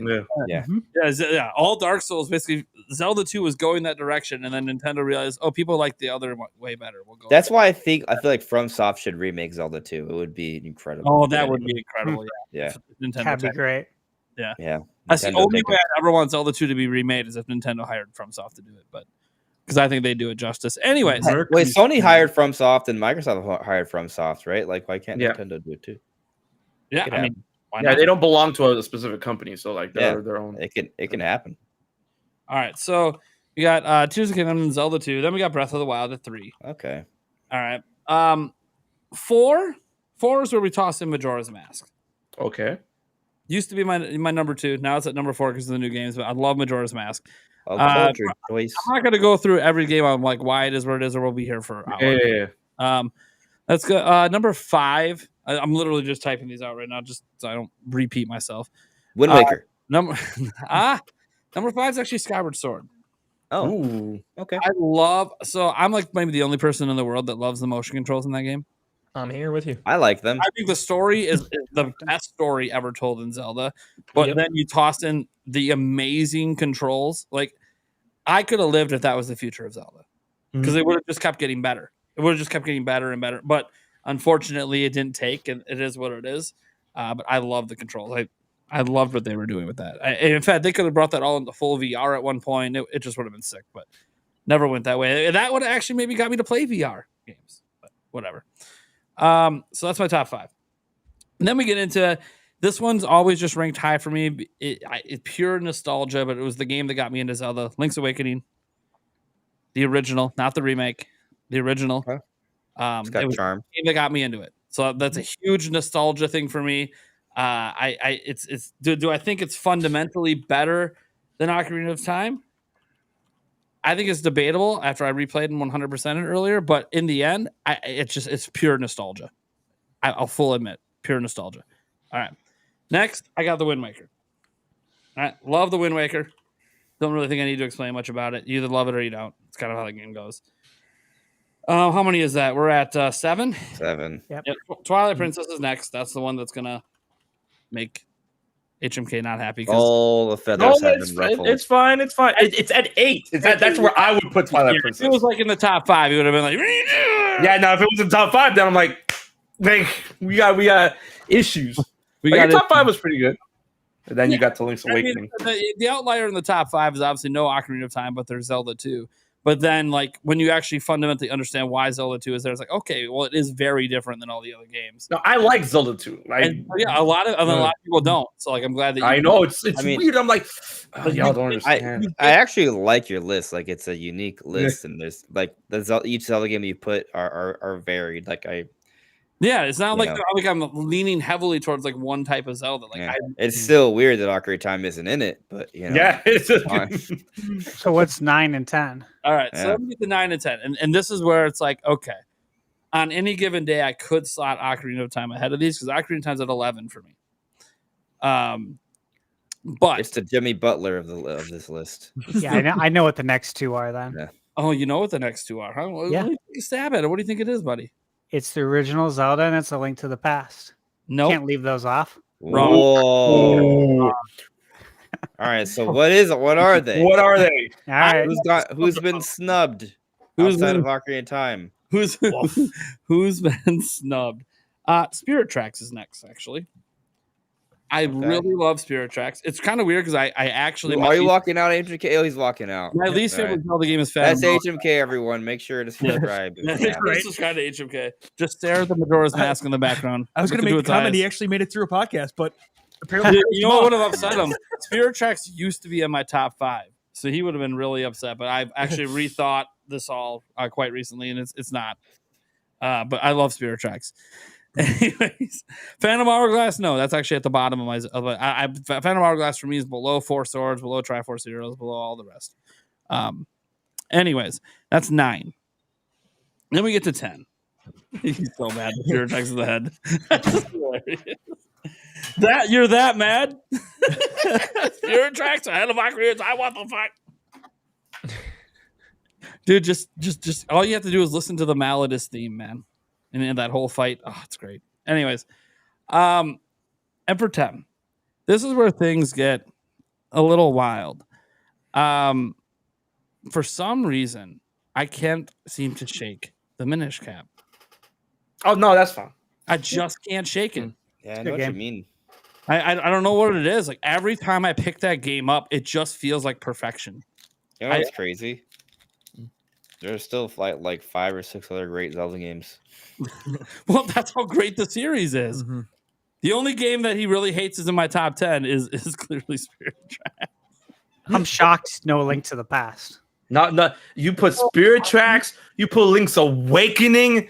I'll be fair. I had a Link to the Past at 11 before I replayed Ocarina of Time earlier this year. That actually brought it up a notch for me. Because I used to always, like, I'm one of those old heads where, like, Ocarina of Time's amazing, brought the series to 3D, it's great, but it's kind of just like a 3D realization of what A Link to the Past already was. But after replaying it, for my first time in a while since the 3DS version came out, 100%, I'm like, you know what, though? I like some of the story beats in it a bit better, and a couple of the dungeons I like better. And I'm like, you know what? If I had to go replay a game right now, I'd pick Ocarina of Time over A Link to the Past. So it actually moved up a bit, but still outside my top 10. Because all of those 10 Zelda games I'd rather play over Ocarina of Time. How long has it been since you played A Link to the Past?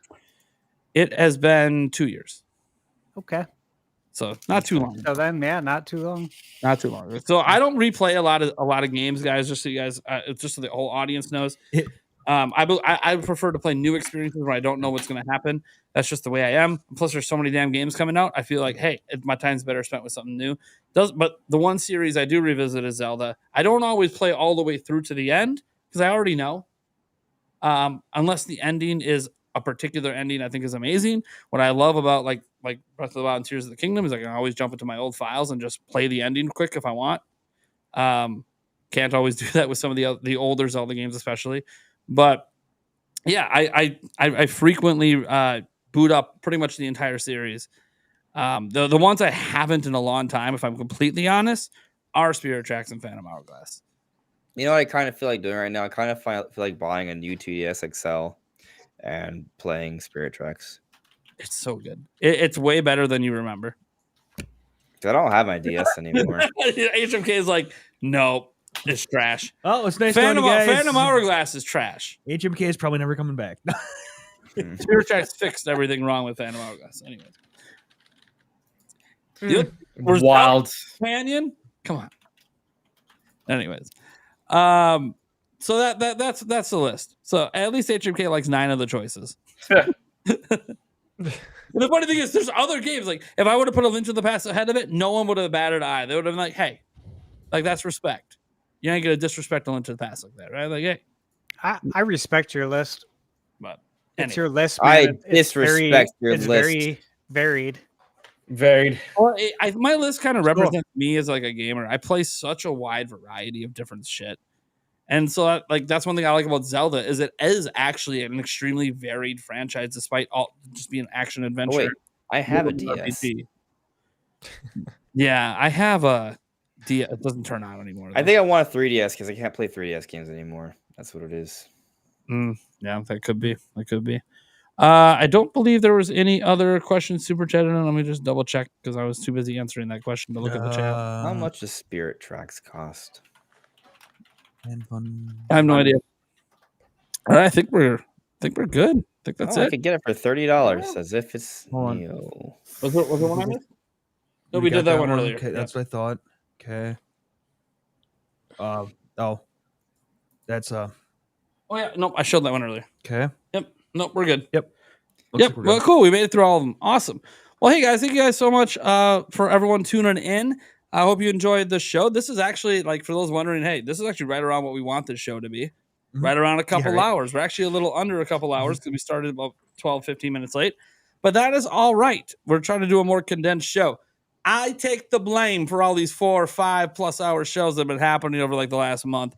That's my bad. How dare you? I was kind of like getting a vacation vibe before I went on my trip. And then I came out of my trip and I was still just kind of like, hey! I thought we were friends. And here's the thing. How many episodes do people just keep dropping out before we're done? And it's like, well, okay, the show's already supposed to be over. Well, I should have dropped that. I have to get up like at 5 a.m. Well, thanks for sticking it out, man.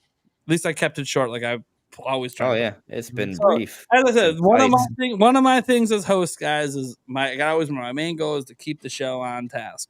Because if I keep talking, shit, man,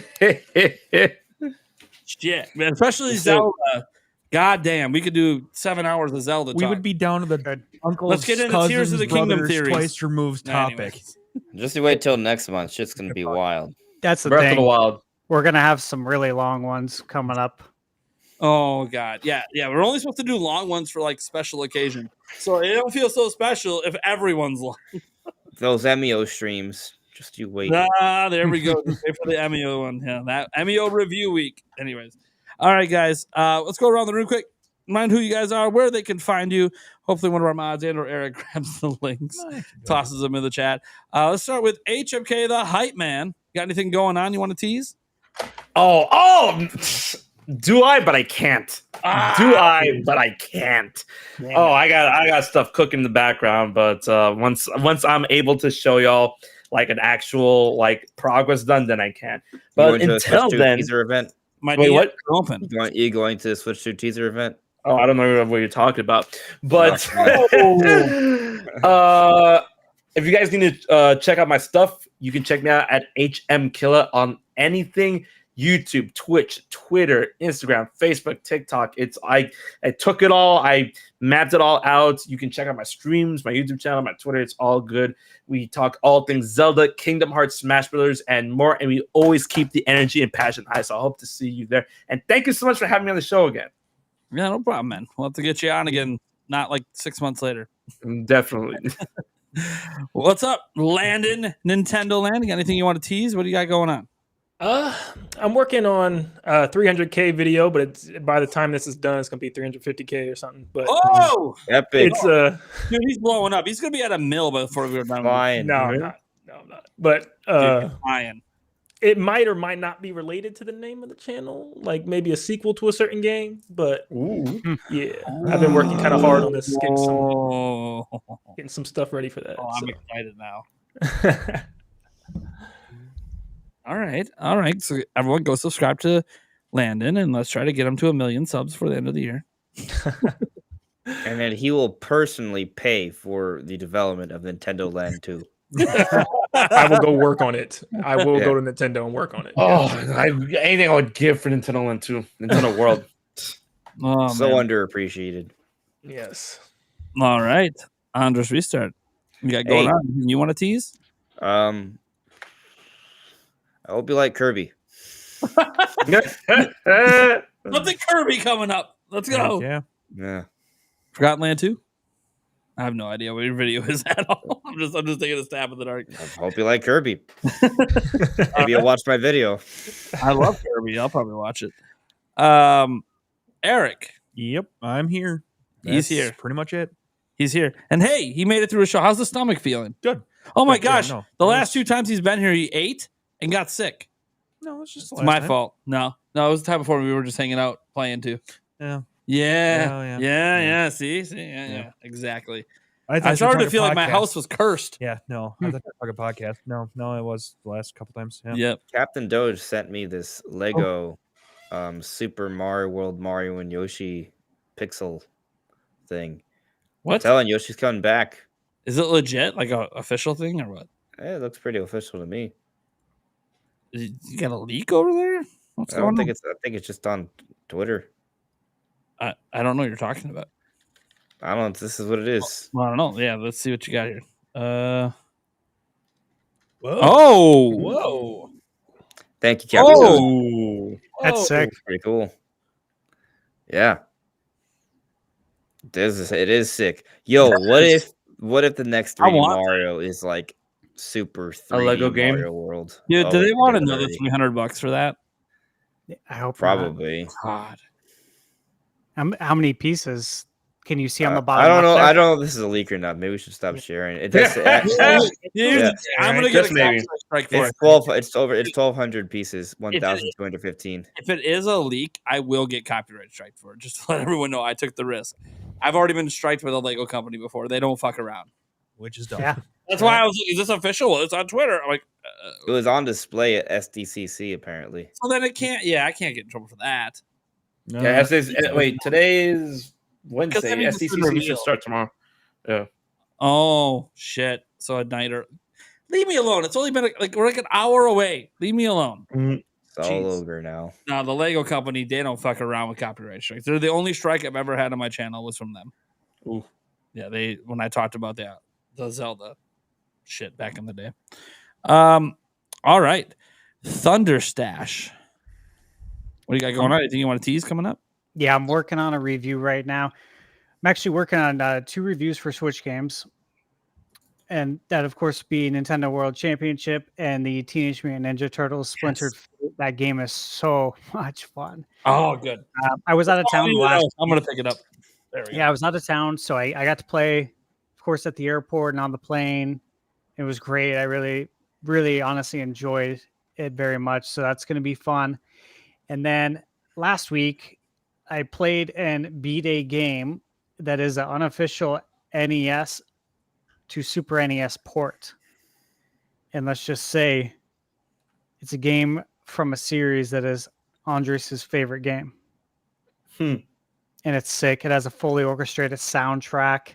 They added an overworld map. They added all sorts of stuff to this game. I beat it. It was a lot of fun. So that will be coming up probably Friday. Oh man. Okay. Hopefully it doesn't get taken down. Make sure to be there immediately. Make sure to be there immediately.